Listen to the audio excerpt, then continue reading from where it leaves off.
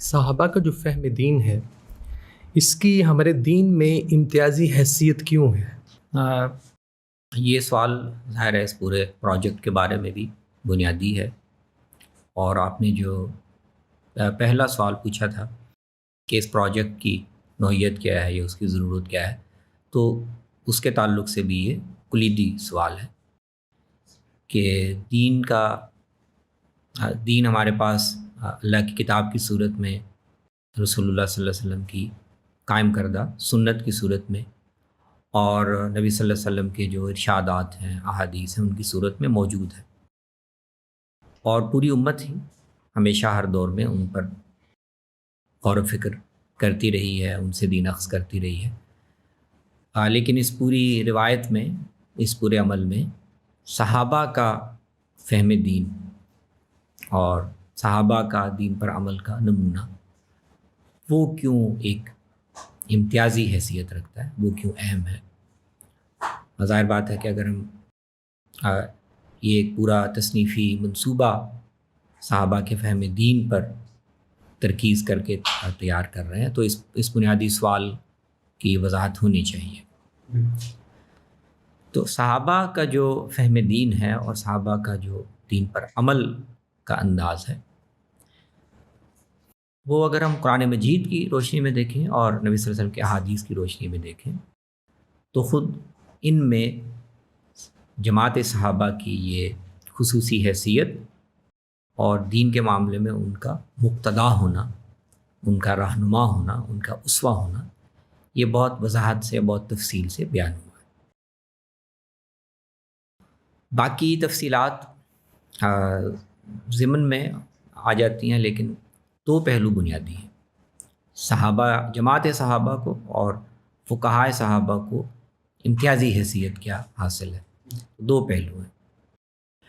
ایک پہلو تو یہ ہے کہ صحابہ کی اس جماعت کو براہ راست رسول اللہ صلی اللہ علیہ وسلم کے ساتھ رہنے اور آپ کو دین کی تکمیل کے مختلف مراحل طے کرتے ہوئے خود مشاہدہ کرنے کا موقع ملا۔ تو یہ وہ ایک یعنی تاریخی طور پر ایک ایسا امتیاز ہے، ایک ایسا پریولیج ہے جو کسی اور جماعت کو حاصل نہیں۔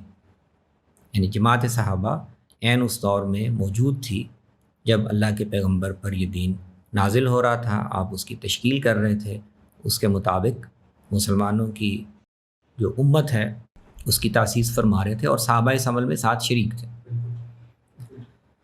تو دین کیا ہے، وہ انسانی زندگی کے کن مسائل کو موضوع بناتا ہے، اس میں کس قسم کی رہنمائی کرتا ہے، کیا چیزیں موجود تھیں جن کو دین نے، اللہ کی رہنمائی نے اصلاح کا موضوع بنایا، اور رسول اللہ صلی اللہ علیہ وسلم نے سارا عمل کیسے انجام دیا۔ تو بالکل بدیہی طور پر جس جماعت نے یہ سارا عمل خود مشاہدہ کیا ہو اور اس میں پارٹیسپیٹ کیا ہو، اس کا حصہ رہی ہو، تو دین کی روح، دین کی حکمت اور دین کے اللہ کی طرف سے جو ہدایت آتی ہے، اس کے مقاصد اور اس کے موضوعات اس جماعت سے بہتر، رسول اللہ صلی اللہ علیہ وسلم کے بعد اس جماعت سے بہتر سمجھنے کا دعویٰ کوئی بھی جماعت نہیں کر سکتی۔ ایک تو یہ اس پہلو سے کہ ان کو ایک علمی اور واقعاتی اور تاریخی امتیاز حاصل ہے۔ دوسرا پہلو یہ ہے کہ صحابہ کی یہ جماعت صرف ایک آبزرور نہیں ہے، بالکل صحیح، یعنی اس نے قرآن مجید کی روشنی میں اور رسول اللہ صلی اللہ علیہ وسلم کی رہنمائی میں اس پوری جماعت کی اپنی ایک تربیت ہوئی ہے، صحیح، عملی تربیت بھی ہوئی ہے، آزمائشوں سے وہ گزری ہے۔ تو علم بھی سیکھا ہے، لیکن اس کے ساتھ ساتھ دین کی اور امت کی تاسیس میں اس کا ایک کردار ہے۔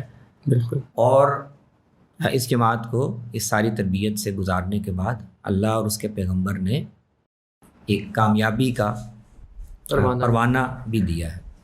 تو یہ باعمل اہل علم کی، دین کو جان کر سمجھ کر اپنی زندگیوں میں ڈھالنے والی ایک جماعت کا فہم دین ہے۔ تو دین تو اصل میں یہی دو چیزوں کا نام ہے، علم اور خدا کی منشا اور اس کے مقصود کو سمجھنا، اور اپنی زندگی میں تقوی، دینداری اور خدا خوفی کا ایک ایسا نمونہ بننا کہ جس کی بنیاد پر آپ کا فہم دین اور آپ کا دین کا عمل کا نمونہ وہ معیار بن سکے، وہ دونوں صحابہ کی جماعت میں بدرجہ اتم پائی جاتی۔ تو علم کے لحاظ سے بھی اور عمل کے لحاظ سے بھی اور قرآن مجید اور احادیث کی واضح تصریحات کی روح سے اس امت میں صحابہ کی جماعت کی حیثیت مسلم رہی ہے کہ رسول اللہ صلی اللہ علیہ وسلم کے بعد دین کے فہم اور عمل کا بہترین نمونہ اگر اسوہ اگر ہمیں ملتا ہے تو وہ صحابہ کی جماعت میں، پھر ان کے تلامذہ تابعین کی جماعت میں ملتا ہے۔ صحیح، گویا کہ اس پورے پروسیس میں وہ بنفس نفیس شامل ہیں اور اس کا حصہ ہیں، ایسی حیثیت کسی اور جماعت کو کیونکہ حاصل نہیں، لہٰذا یہ امتیازی شان بھی کسی اور کو حاصل نہیں ہو سکے گی۔ بہت خوبصورتی سے آپ نے بتایا۔ ہماری ابتدائی روایت میں ہمارے سلف کے ہاں صحابہ کے جو فہم دین سے اعتناء جو ہے وہ کس نوعیت کا ہے؟ ہاں، سلف میں ایک تو سب سے پہلے خود صحابہ ہی شامل ہیں جن کو ہم سلف کہتے ہیں۔ وہ ان میں سب سے پہلے تو صحابہ کی جماعت ہے، تابعین کی جماعت ہے، اتباع تابعین ہے، یعنی وہ پہلا دور مسلمانوں کا جس میں رسول اللہ صلی اللہ علیہ وسلم کے عہد کے بالکل قریب دور ہے، اور آپ کی قائم کردہ جو دینی روایت ہے وہ اپنی شان کے ساتھ موجود ہے، اور اس کے معیاری نمونے، اس کے معیاری مظاہر بہت روشنی میں ہیں۔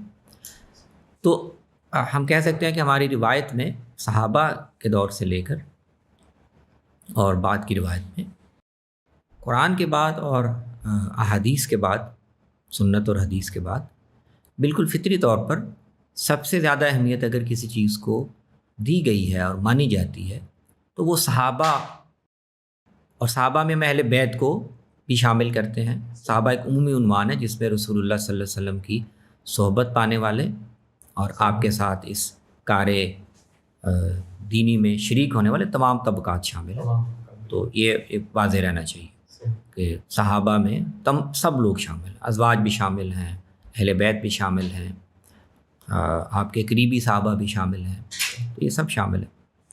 تو ان کے فہم دین کی مسلم رہی ہے۔ تو آپ اگر دینی روایت میں دیکھیں تو مثال کے طور پر محدثین کے ہاں احادیث کی جمع و تدوین کے بعد فوری طور پر سب سے زیادہ اگر توجہ مرکوز کی گئی ہے تو وہ صحابہ کے اور تابعین کے آثار پہ کی گئی۔ بلکہ آپ کئی حوالوں سے دیکھیں تو حدیث کے باقاعدہ مجموعے مرتب ہونے سے پہلے شاید جو مجموعے مرتب ہوئے ان میں آپ کو صحابہ کے آثار زیادہ نمایاں دکھائی دیتے ہیں۔ تو موطا امام مالک آپ دیکھیں، وہ صرف اس میں احادیث کم ہے، صحابہ کے آثار زیادہ ہیں۔ امام محمد ابن الحسن کی اور امام قاضی ابو یوسف کی آپ کتاب الاثار دیکھیں، اس میں بھی صحابہ کے آثار زیادہ ہیں، مرفوع احادیث کم ہیں۔ ایسی آپ سیاہ ستہ کے نام سے جو مشہور کتب ہیں یہ 3 صدی کے وسط میں اور آخر میں، ان سے پہلے آپ کو 3 صدی کی ابتدا میں بڑے مجموعے جو ملتے ہیں امام ابن ابی شیبہ کے اور امام عبدالرزاق کے المصنف کے نام سے، وہ بھی صحابہ اور تابعین کے آثار ہیں مبنی۔ بالکل ٹھیک۔ تو محدثین کے ہاں بھی ان کو غیر معمولی اہمیت ملی ہے۔ پھر آپ دیکھیں کہ تفسیر، جب علم تفسیر کو مرتب کرنا شروع کیا گیا، اور تو اس کا سب سے پہلا نمونہ وہ تفسیر بالماسور کا تھا۔ بالکل ٹھیک۔ اور وہ تفسیر بالماسور یہی تھی کہ آیات کے تحت صحابہ اور تابعین نے اس کی تعبیر کیسے کی، ان کو جمع کر دیا جائے۔ بالکل ٹھیک۔ تو تفسیری روایت میں بھی آپ کو ابن ابی حاتم کو آپ دیکھ لیں، اب مجاہد بن جبر جو عبداللہ بن عباس کے شاگرد تھے، ان کے تفسیری آثار کا بھی مجموعہ مل گیا۔ عبدالرزاق صنعانی جنہوں نے مصنف لکھی ہے، ان کی تفسیر بھی مل جاتی۔ تو تفسیر میں بھی سب سے پہلے جیسے جس چیز کو جمع کیا گیا وہ صحابہ و تابعین کے آثار ہی تھے۔ بالکل ٹھیک۔ اور فقہ میں بھی ایسے ہی ہے۔ بالکل ٹھیک ہے۔ آپ دیکھیں امام مالک کے فقہ وہ مدینہ میں جو روایت تھی، اور مدینہ کے فقہائے سبع، صحیح بالکل ٹھیک، اس دور کے جو فقہا تھے جن میں مکہ اور مدینہ کے بھی تھے، یہ عبداللہ ابن عمر کی فقہ خاص طور پر وہ اس پر بیسڈ ہے۔ امام حنیفہ کے آپ دیکھیں تو کوفہ میں حضرت علی اور عبداللہ ابن مسعود کی جی وہ اس پر بیسڈ ہے. بالکل ٹھیک ہے. اور شاہ ولی اللہ نے اس پر کام کیا ہے، تجزیہ کیا کہ یہ ساری جو چاروں فقہیں ہیں، تو شاہ صاحب کے تجزیے کے مطابق یہ ساری کی ساری فقہیں وہ بنیادی طور پر حضرت عمر کے اجتہادات اور استنباطات پر کی طرف لوٹتی ہیں. بالکل ٹھیک. تو اس لحاظ سے آپ کہہ سکتے ہیں کہ ہمارے جو فقہی مذاہب ہیں ان کی بھی جڑیں اور ان کی بھی جو بنیادی تشکیل ہے وہ صحابہ اور تابعین کے فہم سے ہوئی ہے. تو حدیث میں اچھا پھر ایک بڑا اہم دائرہ عقائد کا رہا ہے. جی ہماری دینی روایت میں جو بحثیں پیدا ہوئیں ابتدا میں وہ عقائد کی تعبیر و تشریح کے حوالے سے ہوئیں. تو آپ دیکھیں عقائد پہ جتنی بھی ابتدائی کتابیں آپ کو ملیں گی جو محدثین نے جمع کی، جس میں اعتقادی مباحث پر بات ہوتی ہے اور اس دور کے جو بھی مختلف انحرافات تھے ان کی تصحیح کی کوشش کی جاتی، تو وہ ساری کی ساری صحابہ اور تابعین کے آثار پر مبنی ہے. ہماری دینی روایت نے پورا اس کو مقام دیا ہے. عقائدی اعتقادی مباحث ہوں، تفسیر ہو، فقہ ہو، اجتہادات ہوں، سب میں اس کو یہ حیثیت دی گئی.